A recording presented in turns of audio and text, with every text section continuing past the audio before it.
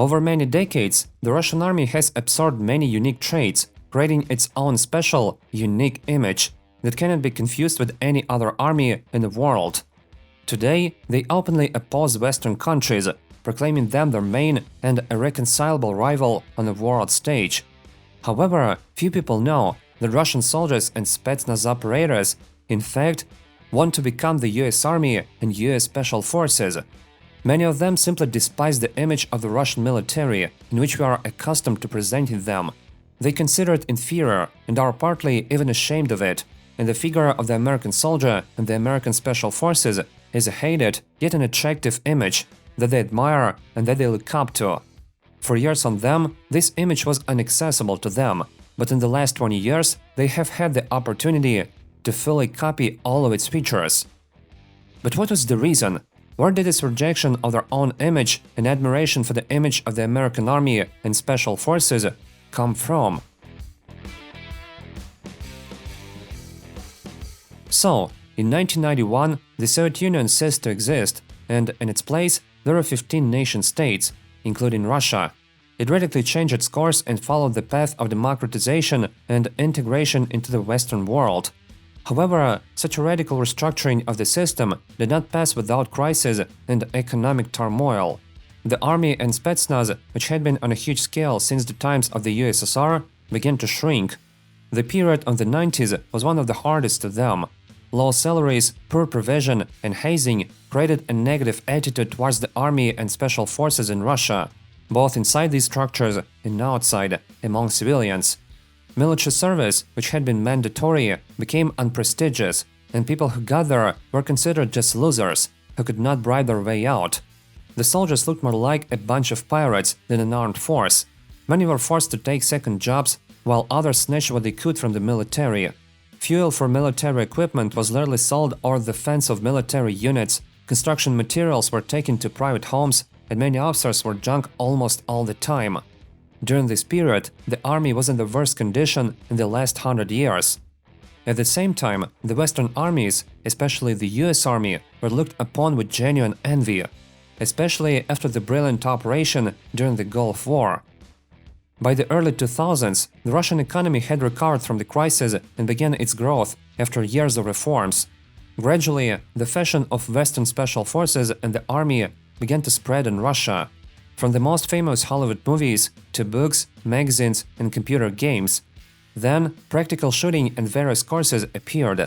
The most popular was of course Magpul, led by Chris Costa and Travis Haley. The latter was particularly well regarded, and for a long time, given its emphasis on the AK platform. All of this was a true sensation among the civilian shooters and the Russian military alike. So, since the late 2000s, multicam camouflage actively began to spread in the Russian Spetsnaz. Around the same period, Russia created a camouflage called Sorpet for special forces tasks. However, it was completely supplanted by multicam during the next 10 years. At first, the American camouflage was used only by members of the most elite Russian unit, the FSB Alpha Group. A few years later, all others switched to multicam. In fact, from that moment, the image of the real Russian Spetsnaz in the Gorka suit and L-10 helmet ceased to exist and became history. They began to use the most advanced pieces of gear and equipment used by the US Special Forces: TAC-TAC and LBT-6094 4-plate carriers, Upscore helmets and MSC sword and headphones, Glock 17 pistols and HK-417 rifles. Basically, anything you could get your hands on. By the way, it is interesting that FSB Special Forces were equipped with multicam uniforms from Crye Precision. This was considered a special luxury and an indicator of the even greater, already prohibitive eliteness of the Special Forces. It's interesting how Spetsnaz operators feel about Western developments in general. So, they react to all this with both contempt and admiration. It's like this: someone asks, "What does that think?" And they say, "American." It's pronounced as if with displeasure, but at the same time with such boastfulness. Many people say it without any dislike, but simply with pride and admiration. At the same time, they may treat the designs of European countries well in some cases, but in general, they respect, hate, and admire only the US Army at the same time. At this time, the Russian army also began to modernize according to Western standards. Thus, in 2008, the AMR camouflage appeared, which replaced the previous flora. The new camouflage had a pixel pattern, just like the UCP, which had entered the US Army supply a few years before. The all-steel helmets, which differed little from the World War II examples, began to be replaced by new Kevlar helmets.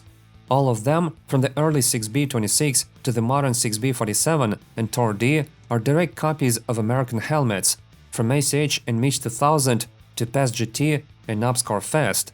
There was also a new set of uniforms, called the KPO, which, like the American ACVEX, consisted of several layers. Sun chevrons were replaced by patches, the MOLLE mounting system appeared on body armor, and Picatinny rails were added to weapons for mounting additional equipment. But the process did not stop at copying gear. Very soon, the Russian army began to adopt even the tactics and principles of unit manning. In the mid-2000s, the US Army, within the framework of the Modular Army project, began the transition to the brigade principle, when the brigade is the main combat unit operating independently.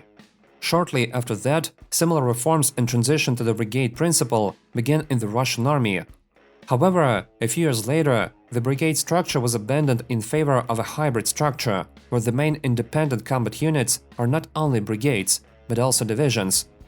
They also began to copy American designs in terms of military vehicles. The Tiger vehicle appeared, a direct copy of the Humvee. The Typhoon armored vehicle is a copy of the AMRAP Su-57 fighter, an attempt to copy both F-22 and F-35 at once. The Kurganets BMP is a copy of the M2 Bradley, and many other types of vehicles beside that. In fact, the image of the modern Russian military has become increasingly close to the American one. Tactical goggles, plate carriers, gas masks, radios, Kevlar helmets, and much more. And 2 years ago, the Russian army switched to multicam camouflage uniforms, developing new sets of VKPO 2.0 and VKPO 3.0. Among the Russian military, there are, of course, those who try to defend the old style. But the problem is that these people offer nothing more than to change the helmet and multi-layered uniform to a steel helmet and World War II-era Vatnik. And no one in their right mind would agree to that, of course. It is worth noting that such an attitude to American weapons and military equipment was formed not only due to the explosion of fashion for them in the 90s, but also due to the attitude to things learned by people since the Soviet times. The fact is that many things were scarce in the Soviet Union, and it was often simply impossible to buy them. And to have something from abroad, even within the Eastern Bloc countries, was a huge achievement and a source of pride and jealousy from others. Things from the USA, France, or Japan were impossible of even dream of. Moreover, it was not only the exceptional rarity of these things. Often, any foreign thing had its Soviet analog, except that most of them were much worse in quality and characteristics. To this day, the words local goods in Russia sounds like a swear word. People immediately imagine something of poor quality, made spitefully badly. That is why Russian soldiers and Spetsnaz mimic the US Army and Special Forces. For them, it is the epitome of quality, prosperity, and success. In fact, they see in Americans what they themselves would like to be, and trying to copy them is just a way to somehow get closer to that cherished dream.